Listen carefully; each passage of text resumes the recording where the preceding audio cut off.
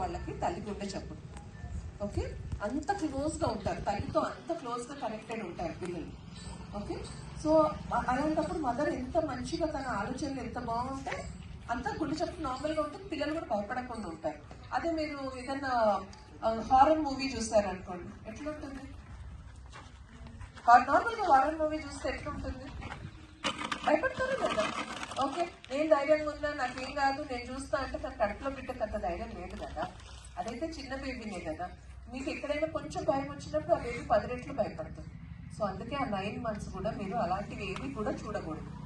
టీవీలో వచ్చే సీరియల్స్ కానీ, మీకు 9 నెలలు కష్టపడగలిగితే మదర్, ఆ బేబీకి మనం ఏం ఎక్కువ పట్టించుకోవాల్సిన అవసరం లేదు. ఆ బేబీ లైఫ్కి సెట్ అయిపోతుంది. యాక్చువల్లీ వీళ్ళు ఇచ్చిన పేపర్లో మీకు ఎలాంటి పిల్లలు కావాలో అలాంటి పిల్లల కోసం అన్నట్టు, అంటే అది బాయ్ గర్ల్ అన్నది కాదు, ఎలాంటి ఫీచర్స్ క్యారెక్టర్స్ మనకు కావాలి. ఇప్పుడు ఎలాంటి పిల్లలు కోరుకుంటాం మనము? ఆరోగ్యంగా ఉన్న పిల్లలు, సంతోషంగా ఉన్న పిల్లలు, మంచి చదవగలిగే పిల్లలు, అవునా కదా, బాగా క్రియేటివ్ ఉన్న పిల్లలు, డాన్స్ లో ఉండాలి. ఇప్పుడైతే ప్రతి ఒక్కటి ఇంట్లోనే యూట్యూబ్ పెట్టుకొని మా పిల్లలు ఇట్లా డాన్స్ చేస్తారు, అట్లా డాన్స్ చేస్తారని చెప్తున్నాం. ప్రతి ఒక్కటి ఇంటికే వచ్చేసింది కదా, మనం ఎక్కడ పంపించాల్సిన అవసరం కూడా లేదు. వాళ్ళకి ఏమంటారు ఆలోచన ఉంది పిల్లలకంటే, వాళ్ళే చూసుకొని ఎన్నో నేర్చుకుంటున్నారు, అవునా కదా. సో అలాంటివి రావాలి అంటే మదర్ 9 months ఎలాంటి థాట్స్ పెట్టుకుంటుంది అన్నది చాలా ఇంపార్టెంట్. ఎప్పుడు ఆలోచిస్తూనే ఉంది, తన గురించి పట్టించుకోలేకపోతుంది అన్నప్పుడు బేబీకి కూడా ఆ స్ట్రెస్ పాస్ అవుతుంది.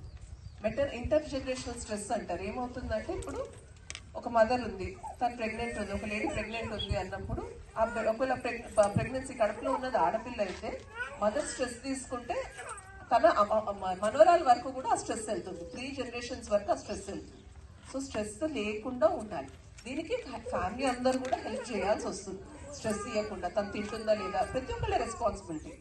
ఫ్యామిలీ అంతా కూడా కోఆపరేట్ చేస్తూ ఉంటే తనకు స్ట్రెస్ లెవెల్స్ డెఫినెట్గా తగ్గుతాయి. తన టైంకి తినిందా లేదా అన్నది ఫ్యామిలీ యొక్క రెస్పాన్సిబిలిటీ, హస్బెండ్ రెస్పాన్సిబిలిటీ, అత్తమామల రెస్పాన్సిబిలిటీ, వాళ్ళ మదర్ దగ్గరికి వెళ్తే వాళ్ళ రెస్పాన్సిబిలిటీ. ప్రతి ఒక్కళ్ళు కూడా చూసుకోవాలి, ఏం తింటుంది తను, ఎలా తింటుంది, ఇక టైంకి తింటుందా లేదా. ఉట్టి అన్నం కారంతో ఏమి రాదు.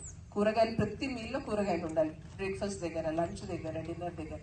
బెస్ట్ మీల్ అంటే కిచిడీమా, దాంట్లో పెసరపప్పు వేసుకుంటారు, రైస్ వేసుకుంటారు, కూరగాయలు వేసుకుంటారు. అది కాంబినేషన్, మంచి కాంబినేషన్. పోపు కూడా ఉంటుంది కాబట్టి హెల్తీ ఫ్యాట్స్ కూడా వస్తాయి. ఓకే, ఫ్రైడ్ ఫుడ్ తక్కువ తినాలి ప్రెగ్నెన్సీ అండ్ ఫీడింగ్ టైంలో కూడా. ఇప్పుడు అయిపోయింది కదా మేడం ప్రెగ్నెన్సీ మా అందరికీ ఆల్మోస్ట్. సో ఫీడింగ్ గురించి మాట్లాడదాము అంటే 9 months of pregnancy plus first 6 months feeding ఏదైతే ఇస్తారో 2 years వరకు కంటిన్యూ చేయాలి. కానీ ఫస్ట్ 6 నెలలు మాత్రం ఎక్స్క్లూజివ్ బ్రెస్ట్ ఫీడింగ్ అంటారు. వేరే